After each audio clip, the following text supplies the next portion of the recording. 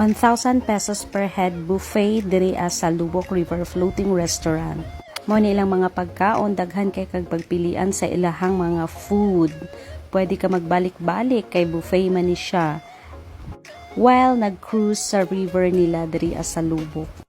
Naay nanguta na worth it ba daw ang 1,000 pesos per head? For me, of course, worth it siya. Sa pagkaon pa lang, daghan na kay kag choices sa pagkaon, and then nindot pud kayo ang view. While nag-cruise ka sa ilahang river, labi na ugno ayo ang timpo, walay ulan-ulan, nindot kay tan-awon ang ilahang river, kay green kay og color, limpyo kaayo. Very, very perfect kung mag-tour mo dinhi. Gusto mo peaceful na lugar. Come visit Lubok, Bohol and try their floating restaurant, River Cruise. While mag-cruise sa river, naaday magkanta-kanta dinhi, mag-guitar pod, while nagkaon mo. So, very relaxing kayo ang view.